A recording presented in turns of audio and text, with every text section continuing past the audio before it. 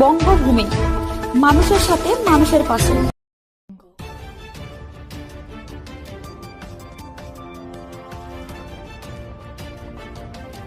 RG Kar medical college হাসপাতালের তরুণী চিকিৎসকের মৃত্যুর ঘটনাকে কেন্দ্র করে শুক্রবার দক্ষিণ 24 পরগনা জেলার নামখানা ব্লকের নারায়ণীতলা ধনেশ্বর শিক্ষা সদনের পক্ষ থেকে করা হলো প্রতিবাদ মিছিল।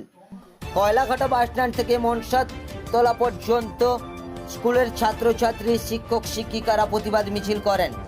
তাদের মূলত দাবি, অবিলম্বে আরজিকর মেডিকেল কলেজের তরুণী চিকিৎসককে যেভাবে নৃশংসভাবে হত্যা করা হয়েছে এবং এই ঘটনার সঙ্গে যারা জড়িত রয়েছে তাদেরকে অবিলম্বে শাস্তি দিতে হবে।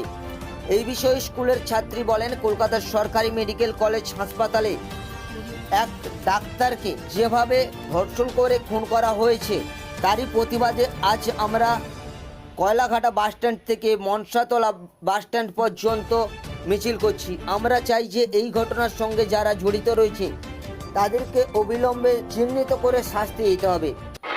আমাদের দাবি ছিল যে এই যে ঘটনাটি হয়েছে, আরজিকরের ঘটনাটি, এই ঘটনাটি যেন আর কারোর সাথে না ঘটে এবং যারা এই ঘটনাটি ঘটিয়েছে তাদের নির্মম এবং কঠোর থেকে কঠোরতম শাস্তি হোক। তার জন্যই আমরা এই নারায়ণতলা ধনেশ্বর শিক্ষা সদনের স্কুলের সমস্ত ছাত্রছাত্রী একটা মিছিল বার করেছি, যাতে এর প্রতিবাদ জানানোর জন্য, যাতে এরকম নির্মম ঘটনা কোথাও না ঘটে এবং অপরাধীদের একটা দৃষ্টান্তমূলক শাস্তি হোক, যাতে সবাই দেখে। আপনার নাম?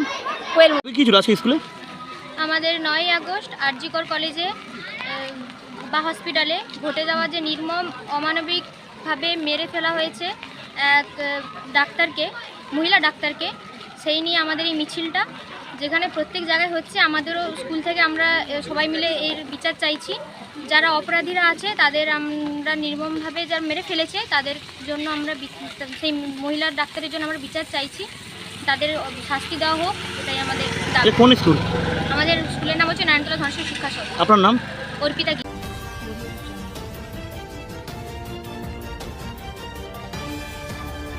ফ্রেজারগঞ্জ থেকে মুন্না সর্দারের রিপোর্ট, বঙ্গভূমি নিউজ।